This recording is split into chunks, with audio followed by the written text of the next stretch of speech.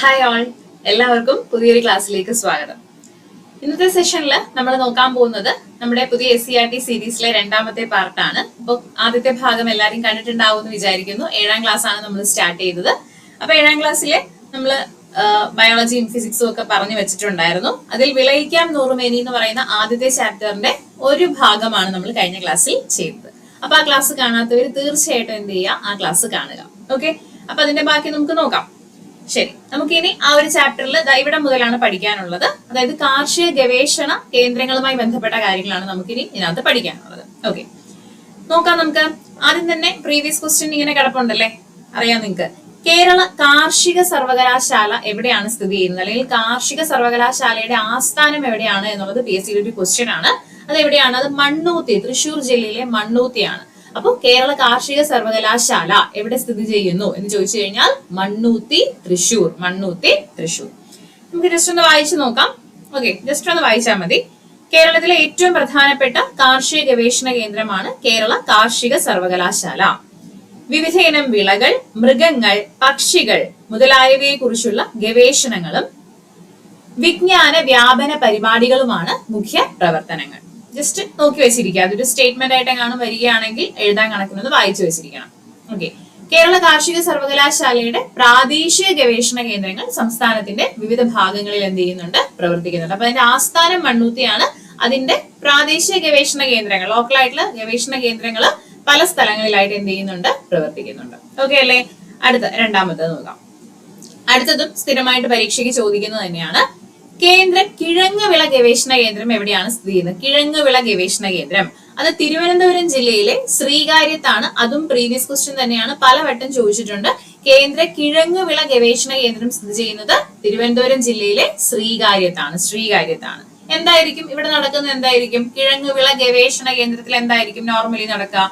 കിഴങ്ങു വർഗ്ഗങ്ങളെ പറ്റിയുള്ള പഠനവും അവയുടെ ഉൽപാദനവുമാണ് ഇവിടെ നടക്കുന്നത്. കിഴങ്ങു വർഗ്ഗങ്ങളെ കുറിച്ചുള്ള പഠനവും അതിന്റെ ഉൽപാദനവുമാണ് ഈ ഒരു കിഴങ്ങുവിള ഗവേഷണ കേന്ദ്രത്തിൽ നടക്കുന്നത്. അടുത്ത റബ്ബർ റിസർച്ച് ഇൻസ്റ്റിറ്റ്യൂട്ട്, അതും പ്രീവിയസ് ക്വസ്റ്റ്യൻ തന്നെയാണ്, വളരെ വളരെ ഇമ്പോർട്ടന്റ് ആണ്.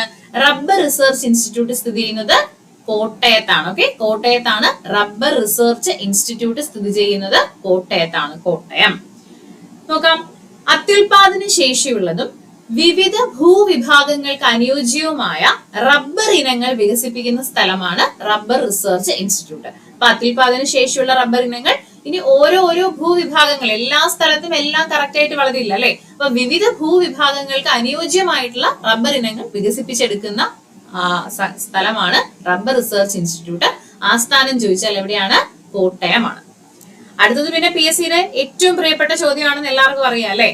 കേന്ദ്ര തോട്ടവിള ഗവേഷണ കേന്ദ്രം എവിടെയാണ് സ്ഥിതി ചെയ്യുന്നത്? കാസർഗോഡാണ്. തോട്ടവിള ഗവേഷണ കേന്ദ്രം കാസർഗോഡാണ്. തോട്ടവിള ഗവേഷണ കേന്ദ്രം കാസർഗോഡാണ്.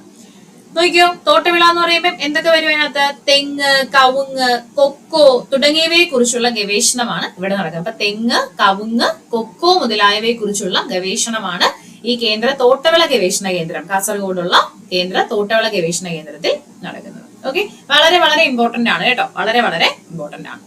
ഓക്കെ, അടുത്തതിലോട്ട് പോകാലോ. അടുത്ത നമ്മുടെ ടെക്സ്റ്റിൽ ഒരു ബോക്സ് കൊടുത്തിട്ടുണ്ട്. ഹരിത വിപ്ലവത്തിന്റെ പിതാവ് ആരാണ്? ഇന്ത്യൻ ഹരിത വിപ്ലവത്തിന്റെ പിതാവ് എന്നറിയപ്പെടുന്ന വ്യക്തി ആരാണ്? പ്രീവിയസ് ക്വസ്റ്റ്യൻ തന്നെയാണ്. അതും ഡോക്ടർ MS സ്വാമിനാഥൻ ആണ് അല്ലെ. ഡോക്ടർ MS സ്വാമിനാഥനാണ് ഇന്ത്യയിലെ ഹരിത വിപ്ലവത്തിന്റെ പിതാവ് എന്നറിയപ്പെടുന്നത്. ഓക്കെ, ഇന്ത്യയിലെ ഹരിത വിപ്ലവത്തിന്റെ പിതാവ് ആരാണ്? Doctor MS Swaminathan. നമുക്ക് നോക്കാം. അത്യുൽപാദന ശേഷിയുള്ള വിത്തുകൾ വികസിപ്പിക്കുകയും കർഷകർക്കിടയിൽ പ്രചരിപ്പിക്കുകയും അതുവഴി ഭക്ഷ്യോൽപാദന മേഖലയിൽ കുതിച്ചുചാട്ടം സാധ്യമാക്കുകയും ചെയ്തു. തെക്കുകിഴക്ക് ഏഷ്യയിലെ മിക്ക രാജ്യങ്ങളെയും പട്ടിണിയിൽ നിന്ന് കരകയറ്റിയത് അദ്ദേഹത്തിന്റെ പരിശ്രമങ്ങളായിരുന്നു. Magsaysay, world food prize, Padma Bhushan എന്നീ പുരസ്കാരങ്ങൾ ലഭിച്ചിട്ടുണ്ട്. അതൊന്നും നമുക്ക് അങ്ങനെ ഭയങ്കര കാര്യമായിട്ട് ആവശ്യമില്ല, എന്നാലും ഒന്ന് വായിച്ചു വെച്ചിരിക്കുക. അപ്പം നമ്മുടെ ഇന്ത്യൻ ഹരിത വിപ്ലവത്തിന്റെ പിതാവ് എന്ന് അറിയപ്പെടുന്നത് ഡോക്ടർ MS സ്വാമിനാഥനാണ്. അതാണ് നമ്മളോട് പഠിക്കേണ്ട പ്രധാനപ്പെട്ട പോയിന്റ്. ഓക്കെ, ശരി. ഇനി നമ്മുടെ ടെക്സ്റ്റില് ജൈവവളങ്ങളും രാസവളങ്ങളും തമ്മിലുള്ള ഒരു കമ്പാരിസൺ കൊടുത്തിട്ടുണ്ട്. ഇത് സ്റ്റേറ്റ്മെന്റ് ആയിട്ട് ചോദിക്കാൻ കൊള്ളാവുന്ന ഒരു ഭാഗമാണ്. അപ്പൊ സ്റ്റേറ്റ്മെന്റ് ആയിട്ട് ഈ ക്വസ്റ്റ്യൻസ് വരാൻ സാധ്യതയുണ്ട്. നമുക്കൊന്ന് നോക്കി വെച്ചിരിക്കണം. എന്തായാലും നോക്കാം. ജൈവവളങ്ങളും രാസവളങ്ങളും. ഇപ്പൊ ജൈവവളം എന്ന് പറയുമ്പോൾ നമുക്ക് നമ്മുടെ ചുറ്റുപാടും തന്നെ കിട്ടുന്ന സാധനങ്ങളാണ് ജൈവവളങ്ങൾ അല്ലെ. നമ്മൾ കോഴിക്കാഷ്ടമാണെങ്കിലും അങ്ങനത്തെ സാധനങ്ങളൊക്കെ നമ്മൾ ചെടികൾക്ക് ഇട്ട് കൊടുക്കാറുണ്ട് അല്ലെ, വളമായിട്ട് നമ്മൾ ഇടാറുണ്ട് പലതും. ഓക്കെ, നമ്മുടെ മുട്ടത്തോട് അങ്ങനത്തെ സാധനങ്ങളൊക്കെ ഇട്ട് കൊടുക്കാറുണ്ട് വളമായിട്ട്. രാസവളങ്ങൾ എന്ന് പറയുമ്പോൾ എന്താണ്, നമ്മൾ യൂറിയ, പൊട്ടാഷ്യം അങ്ങനത്തെ സാധനങ്ങളൊക്കെ നമ്മൾ കടയിൽ നിന്ന് മേടിച്ച് എന്ത് ചെയ്യാറുണ്ട്, നമ്മൾ കൊടുക്കാറുണ്ട് അല്ലെ. അപ്പൊ ഇവ തമ്മിലുള്ള പ്രധാനപ്പെട്ട വ്യത്യാസങ്ങൾ എന്തൊക്കെയാന്ന് നമുക്ക് നോക്കാം. ജൈവ വസ്തുക്കളിൽ നിന്നാണ് ലഭിക്കുന്നത്. ജൈവവളങ്ങൾ എന്ന് പറയുമ്പോൾ ജൈവ വസ്തുക്കളിൽ നിന്നാണ് ലഭിക്കുന്നത്. എന്നാൽ രാസവളങ്ങളാണെങ്കിലോ രാസവസ്തുക്കൾ ഉപയോഗിച്ച് വ്യാവസായികമായിട്ട് നിർമ്മിക്കുന്നു. രാസവസ്തുക്കൾ ഉപയോഗിച്ചിട്ടാണ് നിർമ്മിക്കുന്നത്. രാസവളങ്ങൾ രാസവസ്തുക്കൾ ഉപയോഗിച്ച് നിർമ്മിക്കുന്നു. ജൈവവളങ്ങള് കുറച്ചിട്ടാ മതിയോ? നമ്മൾ ഈ വീട്ടിൽ തന്നെ ഉണ്ടാക്കുന്ന ജൈവവളങ്ങളൊക്കെ വളരെ കുറച്ച് മാത്രം കൊടുത്തു കഴിഞ്ഞാൽ അത് സസ്യത്തിന് യൂസ് ചെയ്യാൻ പറ്റുമോ? പറ്റില്ല. നമ്മൾ വലിയ അളവിൽ കൊടുക്കേണ്ടി വരും അല്ലെ, കൂടുതൽ അളവിൽ നമ്മൾ കൊടുക്കേണ്ടി. ചാണകപ്പൊടി ആണെങ്കിലൊക്കെ നമ്മൾ കുറെ കൊടുക്കേണ്ടി വരും അല്ലെ. അപ്പൊ കൂടുതൽ അളവിൽ വേണ്ടി വരും. അപ്പൊ ജൈവവളങ്ങൾ കൂടുതൽ അളവിൽ വേണ്ടി വരും. എന്നാൽ രാസവളങ്ങൾ അത്ര ഇട്ട് കൊടുക്കാൻ പാടുണ്ടോ? പാടില്ല. വളരെ കുറച്ച് മതി അല്ലെ, കുറഞ്ഞ അളവിൽ മതി. രാസവളങ്ങളാണെങ്കിൽ വളരെ ചെറിയ അളവിൽ കൊടുത്താൽ മതി. ആവശ്യമുള്ള പോഷകങ്ങൾ മാത്രമല്ലേ അതിനകത്ത് നമ്മൾ കൊടുക്കുന്നത്. അപ്പൊ പെട്ടെന്ന് തന്നെ ആഗിരണം ചെയ്തോളൂ. ജൈവവളങ്ങൾ മണ്ണിന് ദോഷകരമല്ല, നമ്മുടെ പരിസ്ഥിതിക്ക് ഒട്ടും തന്നെ ദോഷകരമല്ല. എന്നാൽ രാസവളങ്ങൾ അമിതമായിട്ട് ഉപയോഗിച്ചു കഴിഞ്ഞാൽ മണ്ണിന്റെ ഘടന എന്ത് ചെയ്യും? മണ്ണിന്റെ ഘടനയെ തന്നെ നശിപ്പിക്കും. അപ്പൊ അമിതമായിട്ടുള്ള ഉപയോഗം മണ്ണിന്റെ ഘടനയെ നശിപ്പിക്കുന്നു. ആര്? രാസവളങ്ങൾ. ഇനി ജൈവവളങ്ങളിൽ ഒരു നിശ്ചിത ഘടകം മാത്രമായി നൽകാൻ കഴിയില്ല.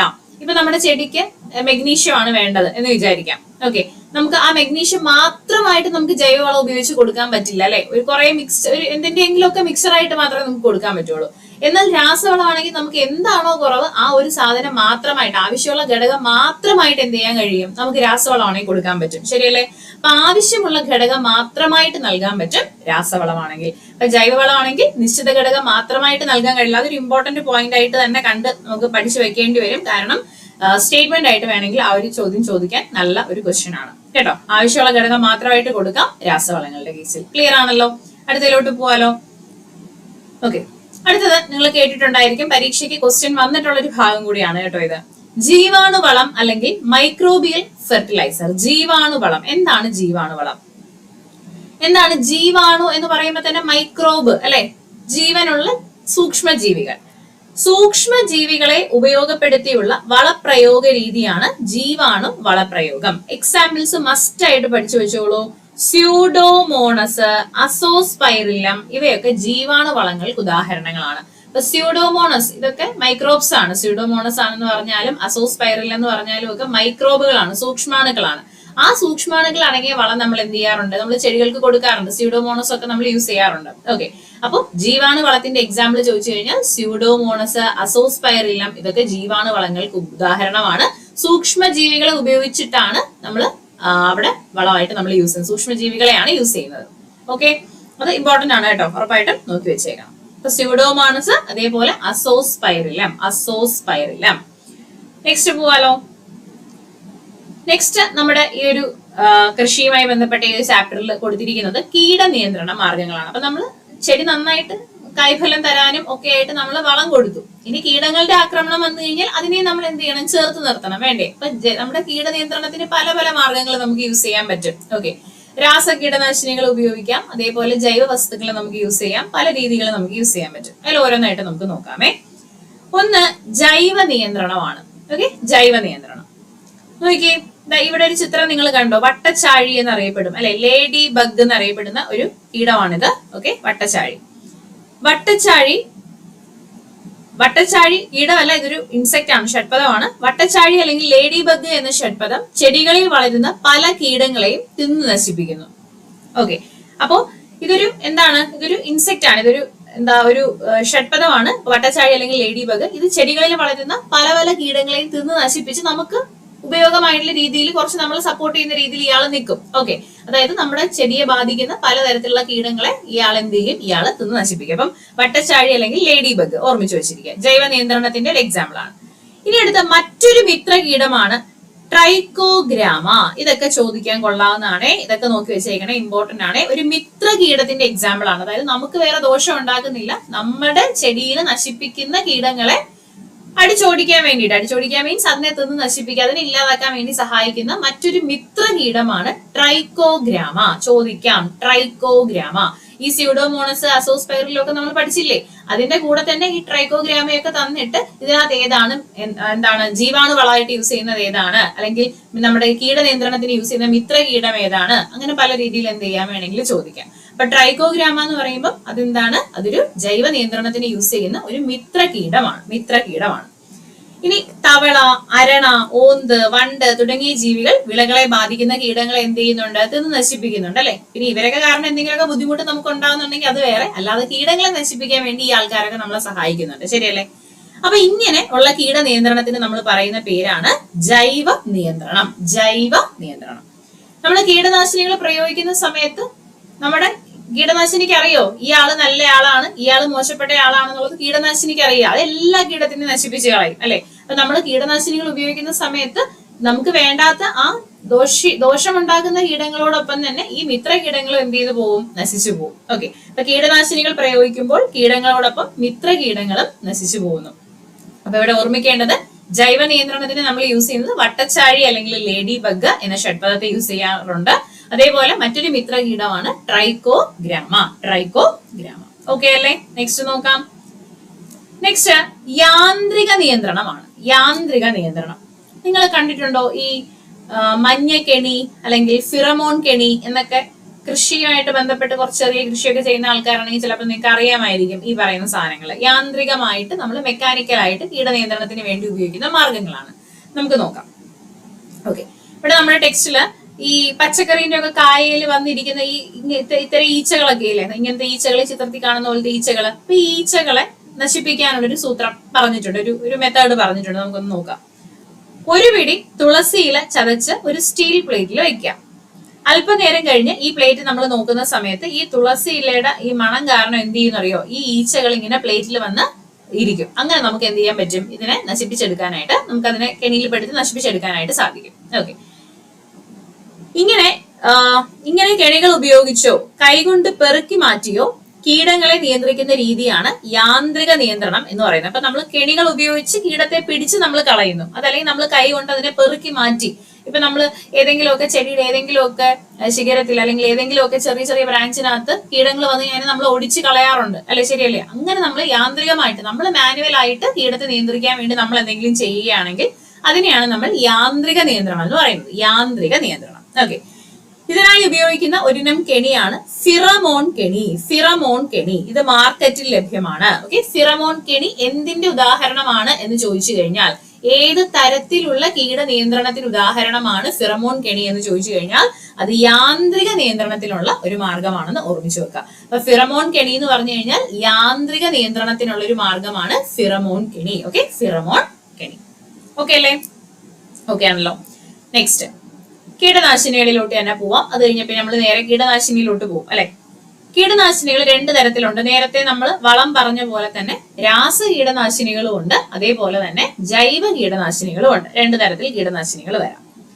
എന്തായിരിക്കും രാസ കീടനാശിനി എന്ന് പറയുന്നത്? രാസവസ്തുക്കൾ ഉപയോഗിച്ച് നിർമ്മിച്ച കീടനാശിനികളെയാണ് നമ്മൾ രാസ കീടനാശിനികൾ എന്ന് പറയുന്നത്. ഇനി ജൈവമാണെങ്കിലോ, നമ്മുടെ മണ്ണിന് വേറെ ദോഷമൊന്നും വലുതായിട്ട് ഉണ്ടാക്കാത്ത ജൈവ വസ്തുക്കൾ ഉപയോഗിച്ച് നമ്മൾ നിർമ്മിക്കുന്ന കീടനാശിനികളെയാണ് നമ്മൾ ജൈവ കീടനാശിനികൾ എന്ന് പറയുന്നത് അല്ലെ. അപ്പൊ രാസ കീടനാശിനികളെ അപേക്ഷിച്ച് ദോഷം കുറഞ്ഞവയാണ് ജൈവ കീടനാശിനികൾ. കുറെ എക്സാമ്പിൾസ് കൊടുത്തിട്ടുണ്ട്. എക്സാമ്പിൾസ് നമുക്കൊന്ന് നോക്കി വെക്കാം. പുകയില കഷായം, വേപ്പെണ്ണ ഇമൽഷൻ, വെളുത്തുള്ളി കാന്താരി മിശ്രിതം തുടങ്ങിയവ ജൈവ കീടനാശിനികൾക്ക് ഉദാഹരണമാണ്. അപ്പൊ പുകയില കഷായം, വേപ്പെണ്ണ എമൽഷൻ, വെളുത്തുള്ളി കാന്താരി മിശ്രിതം ഇതൊക്കെ എന്തിന്റെ എക്സാമ്പിൾ ആണ്? ജൈവ കീടനാശിനിയുടെ എക്സാമ്പിൾ ആണ്. ഓക്കെ, നമ്മുടെ ടെക്സ്റ്റില് അവിടെ ഒരു പുകയില കഷായം നിർമ്മിക്കുന്ന രീതി ഒന്ന് കൊടുത്തിട്ടുണ്ട്. ഒന്ന് വായിച്ചു നോക്കാം നമുക്ക്. 100 ഗ്രാം പുകയില ചെറു കഷ്ണങ്ങളാക്കി 1.5 ലിറ്റർ വെള്ളത്തിൽ ഒരു ദിവസം കുതിർത്തു വെക്കുക.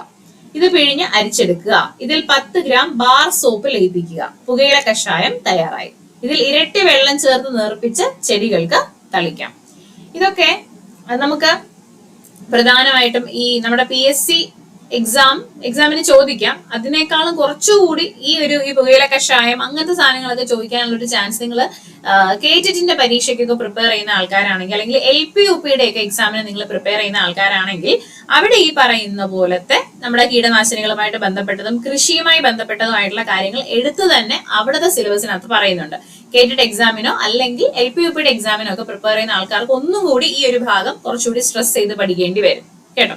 അല്ലാത്ത നോർമൽ പേസിക്കാർ പഠിക്കേണ്ടെന്നല്ല, പക്ഷെ അവർക്ക് ഇതൊക്കെ ചോദിക്കാനുള്ള സാധ്യത ഒന്നുകൂടി കൂടുതലാണ്. ഓക്കെ, അപ്പൊ കീടനാശിനികളാണ് നമ്മൾ പറഞ്ഞത്. രാസ കീടനാശിനികളും ജൈവ കീടനാശിനികളും ഉണ്ട്. ഓക്കെ ആണല്ലോ. നെക്സ്റ്റ്, ഇനി നമ്മളിപ്പോ എല്ലാത്തിലും നമ്മൾ AI യൂസ് ചെയ്യാറുണ്ട് അല്ലെ, ആർട്ടിഫിഷ്യൽ ഇന്റലിജൻസ് നമ്മൾ യൂസ് ചെയ്യാറുണ്ട്, നിർമ്മിത ബുദ്ധി നമ്മൾ യൂസ് ചെയ്യാറുണ്ട്. അപ്പൊ ഇതുപോലെ AI ഉപയോഗിച്ചുകൊണ്ട് കീടങ്ങളെ കണ്ടെത്തി ലേസർ ഉപയോഗിച്ച് നശിപ്പിക്കുന്ന സാങ്കേതിക വിദ്യ നമ്മൾ ഇന്ന് യൂസ് ചെയ്യാറുണ്ട്. അപ്പൊ AI വരാത്ത ഏത് മേഖലയാണുള്ളത് അല്ലെ. അപ്പം നിർമ്മിത ബുദ്ധി അല്ലെങ്കിൽ AI ഉപയോഗിച്ചുകൊണ്ട് കീടങ്ങളെ കണ്ടുപിടിച്ച് ആ കീടങ്ങളെ നമുക്ക് ലേസർ ഉപയോഗിച്ച് നശിപ്പിക്കാവുന്ന രീതിയിൽ നമ്മൾ എന്ത് ചെയ്യുന്നുണ്ട്, നമ്മൾ യൂസ് ചെയ്യുന്നുണ്ട്. പരിസ്ഥിതിക്ക് ഒട്ടും ഹാനികരമല്ല എന്നുള്ളതാണ് ഇതിന്റെ ഒരു നേട്ടമായിട്ട് പറയാൻ പറ്റുന്നത്. ഓക്കെ, ശരി. അപ്പൊ അത്രയും കാര്യങ്ങൾ ഓർമ്മിച്ച് വെക്കാം. ഇനി അടുത്തത് വളരെ വളരെ ഇമ്പോർട്ടന്റ് ആയിട്ടുള്ള ഒരു സംഗതിയിലേക്കാണ് നമ്മൾ പോകുന്നത്. പലതരം കൃഷി രീതികളാണ്. പലതരം കൃഷി രീതികൾ നമുക്ക് നോക്കാം, ഓരോന്നായിട്ട് നമുക്ക് നോക്കാം. നോക്കിയോ, ഇവരൊരു ചാർട്ടായിട്ട് കൊടുത്തിട്ടുണ്ട്. ഒന്ന് ഫ്ലോറികൾച്ചർ. എന്തുമായി ബന്ധപ്പെട്ട കൃഷി രീതിയാണ് ഫ്ലോറികൾച്ചർ എന്ന പേരിൽ അറിയപ്പെടുന്നത്? ഫ്ലോറി എന്ന് പറയുമ്പോൾ തന്നെ കിട്ടും, ഫ്ലോറി ഫ്ലവർ അല്ലെ, പുഷ്പ കൃഷിയാണ്. പുഷ്പങ്ങൾ, വ്യാവസായിക അടിസ്ഥാനത്തിൽ പുഷ്പങ്ങൾ കൃഷി ചെയ്യുന്നതിനെയാണ് നമ്മൾ ഫ്ലോറികൾച്ചർ എന്ന് പറയുന്നത്. വ്യാവസായികമായിട്ടുള്ള അടിസ്ഥാനത്തിൽ പുഷ്പങ്ങൾ കൃഷി. നമ്മൾ ഓണത്തിന്റെ ഒക്കെ സമയത്ത് അത്തപ്പൂക്കളൊക്കെ ഇടാൻ വേണ്ടിയിട്ട് നമ്മൾ ദൂരെയൊക്കെ പോയിട്ട് പുഷ്പം വാങ്ങിക്കാറുണ്ടല്ലേ, കൃഷി ചെയ്യുന്ന സ്ഥലത്ത് പോയിട്ട് പൂ വാങ്ങാറില്ലേ. അപ്പോൾ ഇങ്ങനെ വ്യാവസായിക അടിസ്ഥാനത്തിൽ നമ്മൾ പുഷ്പങ്ങളെ കൃഷി ചെയ്യുകയാണെങ്കിൽ അതിനെയാണ് ഫ്ലോറികൾച്ചർ എന്ന് പറയുക. അടുത്തത് എപ്പികൾച്ചർ. ഒരുപാട് വട്ടം പരീക്ഷയ്ക്ക് ചോദിച്ചിട്ടുണ്ട് എപ്പികൾച്ചർ വളരെ വളരെ ഇമ്പോർട്ടന്റ് ആണ്, PYQ ആണ്.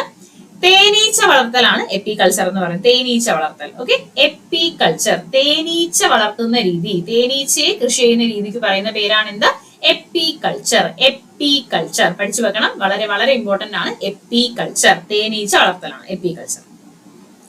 അടുത്ത് നോക്കൂ, അടുത്തതും പ്രീവിയസ് ക്വസ്റ്റ്യൻ തന്നെയാണ്. ക്യൂണികൾച്ചർ. അടുത്തെന്താണ്? ക്യൂണികൾച്ചർ. ക്യൂണികൾച്ചർ മുയൽ വളർത്തലിനെയാണ് നമ്മൾ ക്യൂണികൾച്ചർ എന്ന് പറയുന്നത്. ഇപ്പൊ മുയല് നല്ല ക്യൂട്ട് അല്ലേ കാണാൻ വേണ്ടിയിട്ട്, അപ്പൊ ക്യൂട്ട് ആയിട്ടുള്ള മുയലാണ് ക്യൂണികൾച്ചർ എന്ന് ആലോചിക്കാം. ക്യൂട്ട് ആയിട്ടുള്ള മുയലാണ് ക്യൂണികൾച്ചർ എന്ന് ആലോചിക്കാം. അപ്പൊ ക്യൂണികൾച്ചർ എന്ന് പറഞ്ഞാൽ എന്താണ്? മുയൽ വളർത്തലിനെയാണ് നമ്മൾ ക്യൂണികൾച്ചർ എന്ന് പറയുന്നത്. മുയൽ വളർത്തൽ അല്ലെങ്കിൽ വ്യാവസായികമായിട്ട് നമ്മൾ മുയലിനെ വളർത്തുന്നതിനെയാണ് ക്യൂണികൾച്ചർ എന്ന് പറയുക. Okay, yes.